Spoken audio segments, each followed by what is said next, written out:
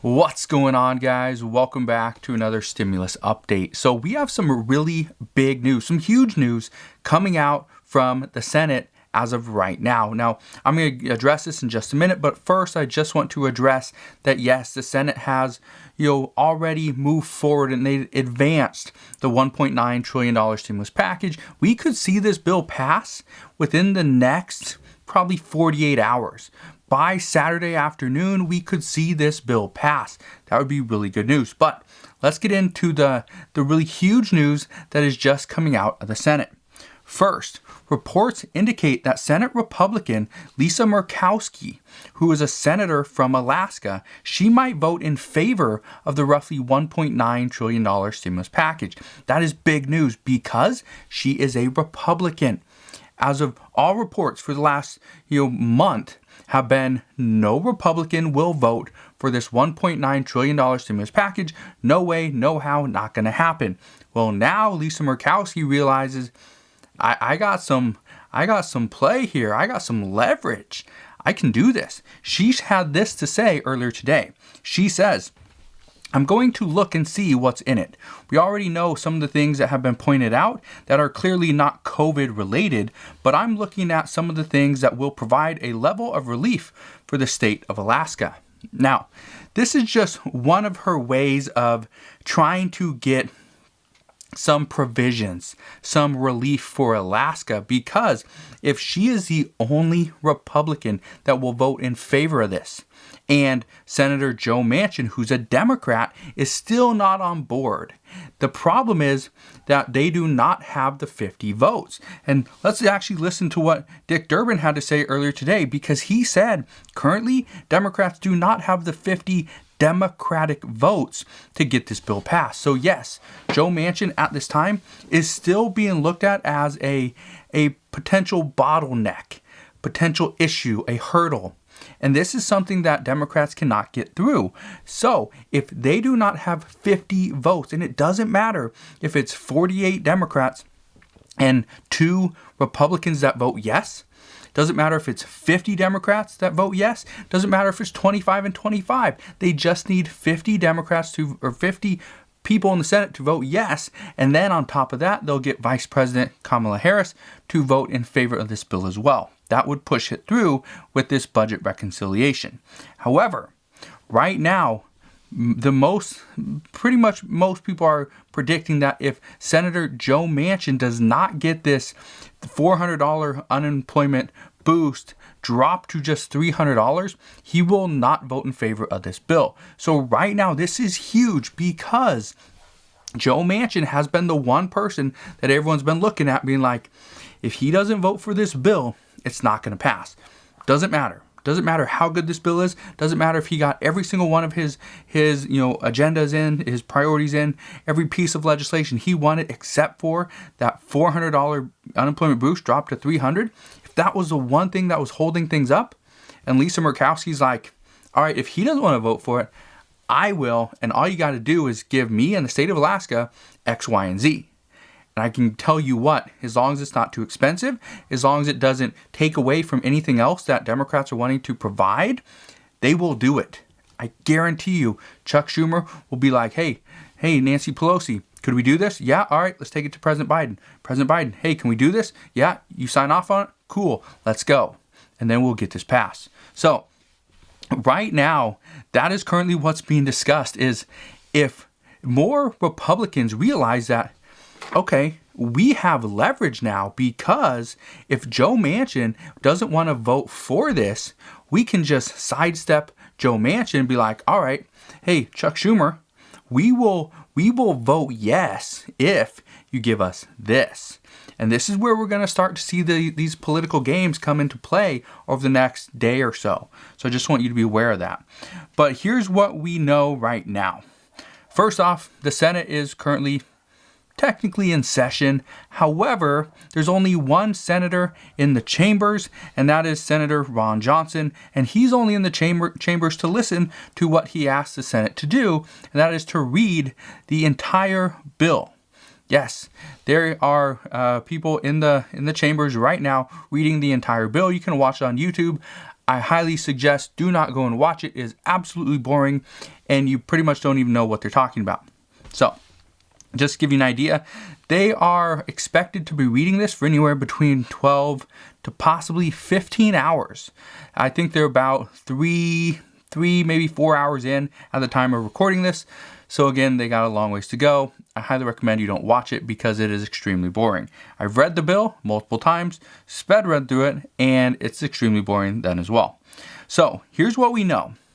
All senators, before they voted on this bill, or before they voted on that procedural vote to advance the bill into the 20-hour debate and then go into the vote-a-rama and then potentially do the amendments and then vote, what we know is they all got their hands on the 628-page bill. That's the good news. So, every senator now has a chance to read through this bill, so that is what reports are indicating, that the majority of Republicans are reading through this bill, trying to figure out what amendments could they propose to make this bill better, but also make it cheaper. So that's currently what is going on. According to Senate Majority Leader Chuck Schumer, the vote-a-rama will happen tomorrow afternoon. And that's always an interesting thing because there's always a lot of new amendments, new ideas. Some make the package better. Some really have no purpose even being told. But we will see what happens then.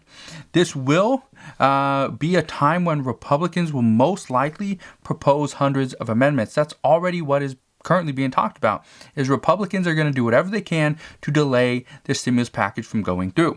The first way is by Senator Ron Johnson, just expecting the Senate to read through this bill, which is exactly what they're doing. He proposed that, and that's what they have to do.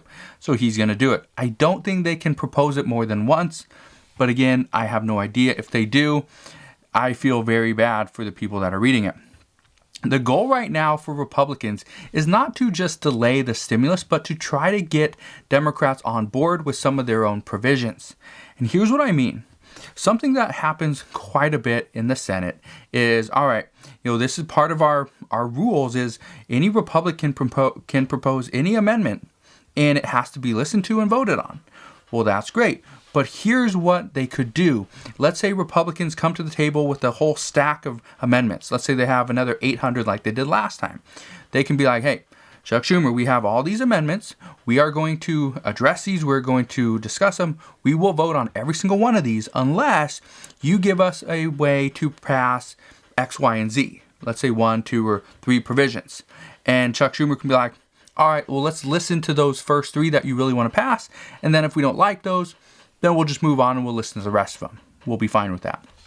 So this is one of the ways that Republicans can get a little bit more, of their priorities into this bill without actually voting on the bill per se. But again, if Lisa Murkowski's like, hey, you got my vote if you give me this, then chances are Democrats will just listen to whatever Republicans have to say and they'll just waste their time. So we will see what happens. But again, this is good news because we could see this pass this weekend. It will most likely pass sometime on Saturday. And this is probably going to be early Saturday because they will most likely work through the night. Obviously tonight, but most likely tomorrow night as well. Tomorrow night will be when the vote-a-rama most likely occurs. So because of that, that is something that it is.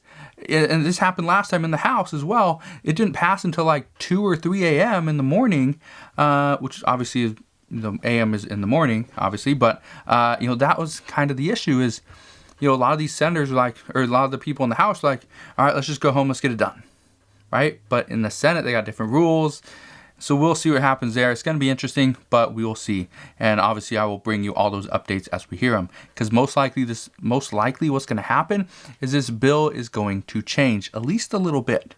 So this means that if the bill gets voted on in the Senate and passes on Saturday, we could see this get voted on and passed in the House possibly on Monday or Tuesday. Again, there's no reports out there that says that every single member of the House is on board at this time.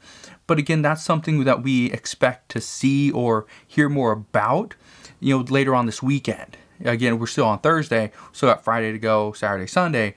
But what I'm expecting is probably on Monday or Tuesday, Nancy Pelosi will bring this bill to the floor as long as it passes the Senate.